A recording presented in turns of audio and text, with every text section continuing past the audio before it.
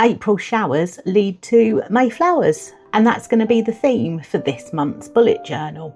The washi tape I've chosen for this is Garden Sprout by the Washi Tape Shop. It's an absolutely beautiful floral tape with some really big elements, which means making a cover spread is just so easy. I could have used any colour washi tape with this really, but because so far this year there's been a lot of pink, so I thought let's pick out something else from this tape and we'll go for blue and yellow.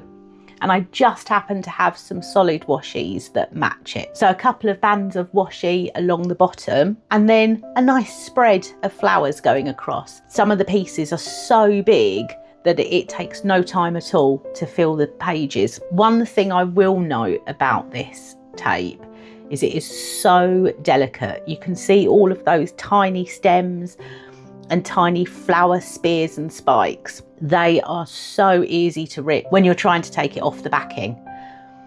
Really difficult, really fiddly. Use some tweezers would be my advice. I did think about putting a band of tape at the top and bottom when using this, but I think there's so much going on with the flowers themselves that it would have been too much to use some tape at the top as well. And it gave the visual weight to the bottom of the page, which always looks more pleasing to me.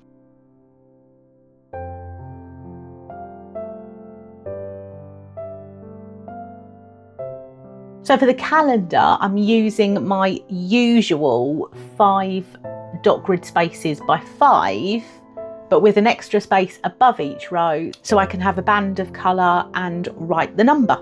I have such big writing that I feel if I put the number in the box itself, then I'm taking away my room to put any events in. And with such a packed social calendar such as I've got, I need all the space. Sometimes, not very often, but you know the time I don't leave enough space is the time I'll need it. There's not much room at the bottom, so a strip of the yellow washi to anchor down some of the smaller pieces of washi tape. I did say before how I love negative space, and I do. I just don't know what came over me this month. It seems to happen every month. When I do the calendar, I just don't stop until all the page is full and I just go over the top. It's a gift. And you'll see that there's a point where on this you can think, yep, you can stop now, and I don't. I just carry on.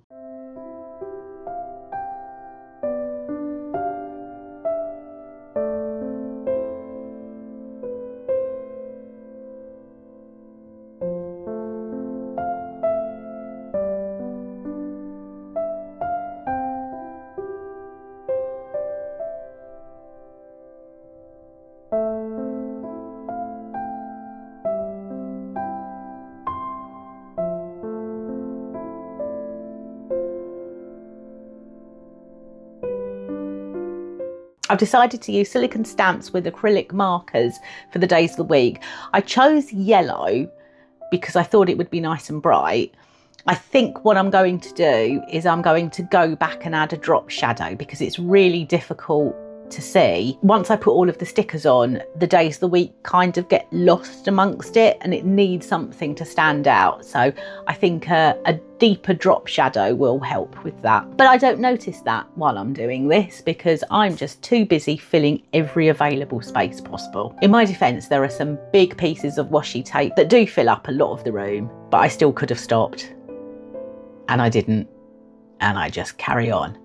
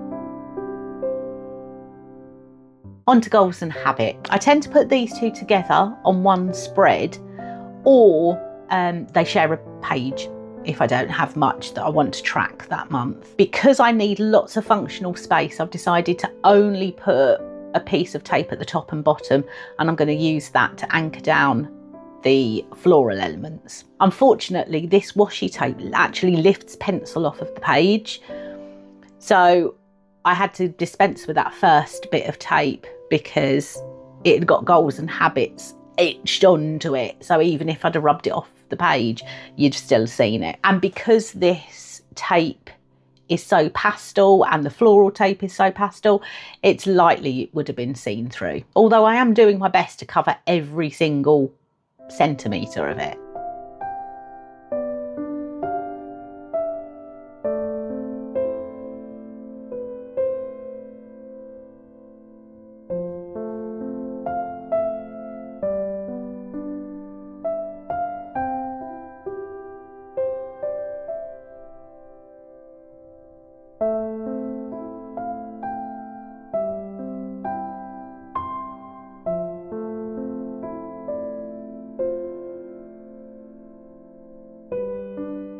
You can see how see-through this tape is, where a flower goes over a stem from a previous piece and you can see the stem underneath it.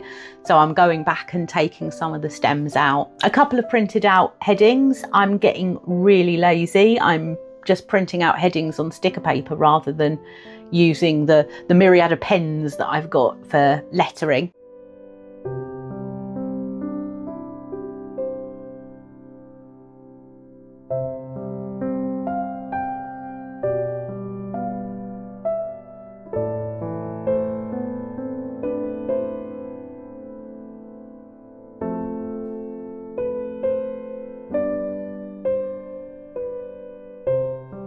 Second line highlights using the Tombow 491 and the 090. They're a little too neon, slightly neon. Once I put all my writing in there, it's going to cover up a lot of it.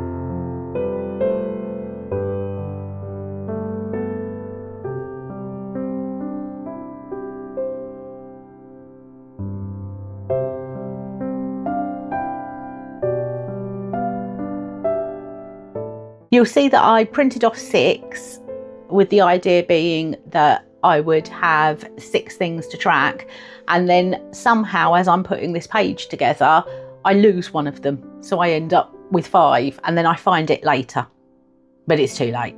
Always the way. So you see I've already lost that other one. I've completely forgotten that I printed out 6 of them, and I'm arranging them in a way that doesn't look too out of place.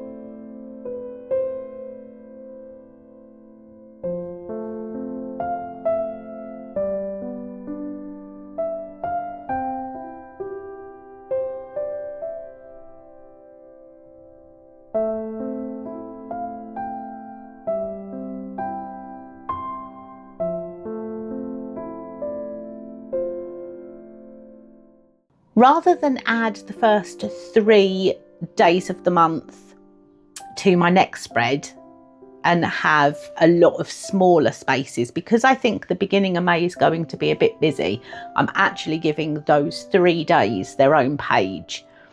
But rather than take up an entire spread with that, I'm combining it with my gratitude log. So the left-hand side of this spread is my gratitude log, and the right-hand side is the first 3 days of the month. So our first mini weekly.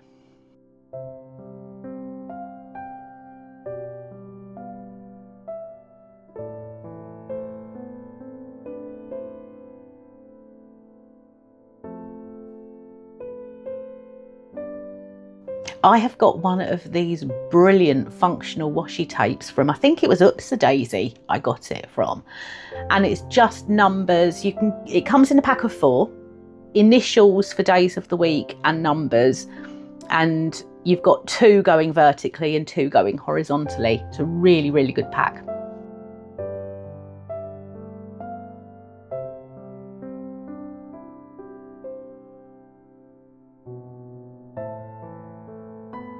I forgot to print off a heading for my gratitude log, so I've just drawn one on a piece of paper and then glued it down and using a clip to hold it in place while I just highlight the weekends. Because I'm not going to be putting down tape with the days of the week, it's easier for me to see where each week is.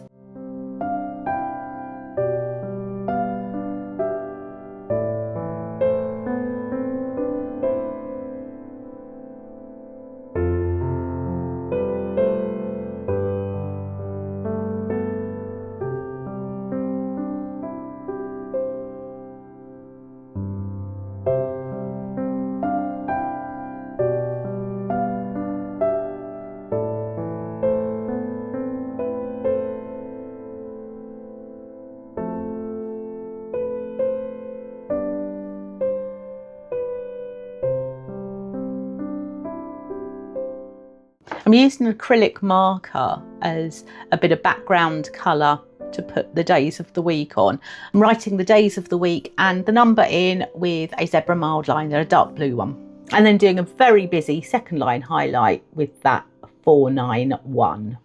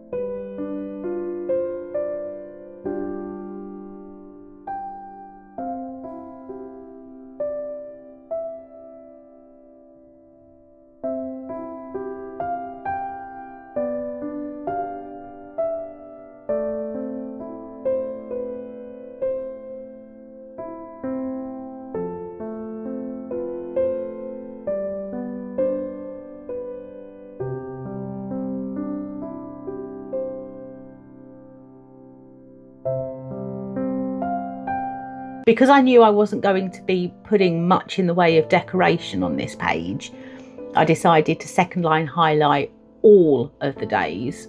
Normally, I will just do alternating ones to give a bit of a checkerboard effect. I do all of the weeklies this month in the same way, dividing each page into 4 to give the 7 days of the week and then space for notes or tasks. You might have noticed this month is being set up in a different bullet journal. I've decided to migrate over to a new one a couple of months early. Normally I would do that at the midway point, so July to December will be in a second one, but I'd had a slight accident making a Dutch door in my last one, and I felt I had compromised its structural integrity. I've done Dutch doors hundreds of times, well maybe not hundreds, I've done Dutch doors dozens of times without any incident at all, and this one just felt like the pages could end up falling out. And because my journal comes with me wherever I go, so when I go to work it gets bashed around on the train with me,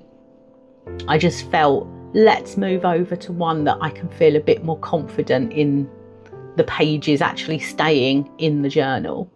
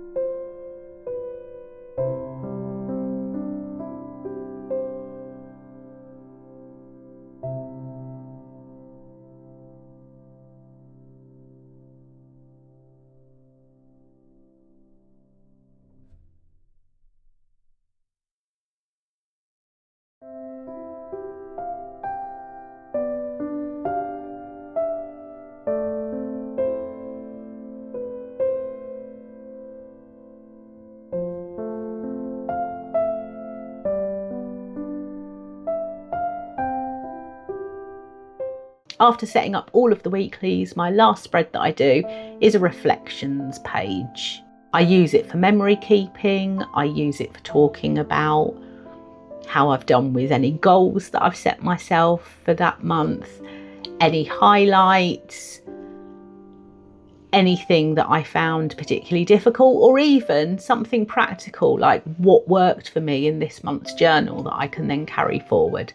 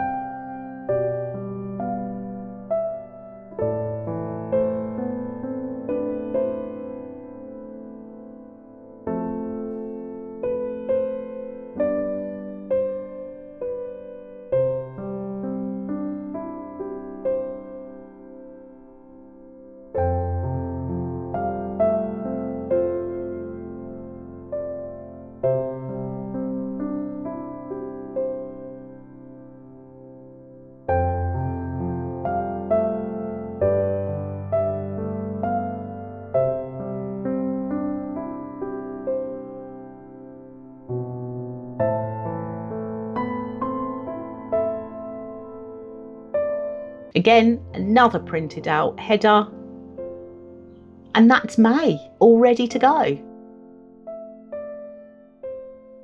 And time for one last flip through of a very blue and yellow and cheery May. So a very, very spring into summer theme this month.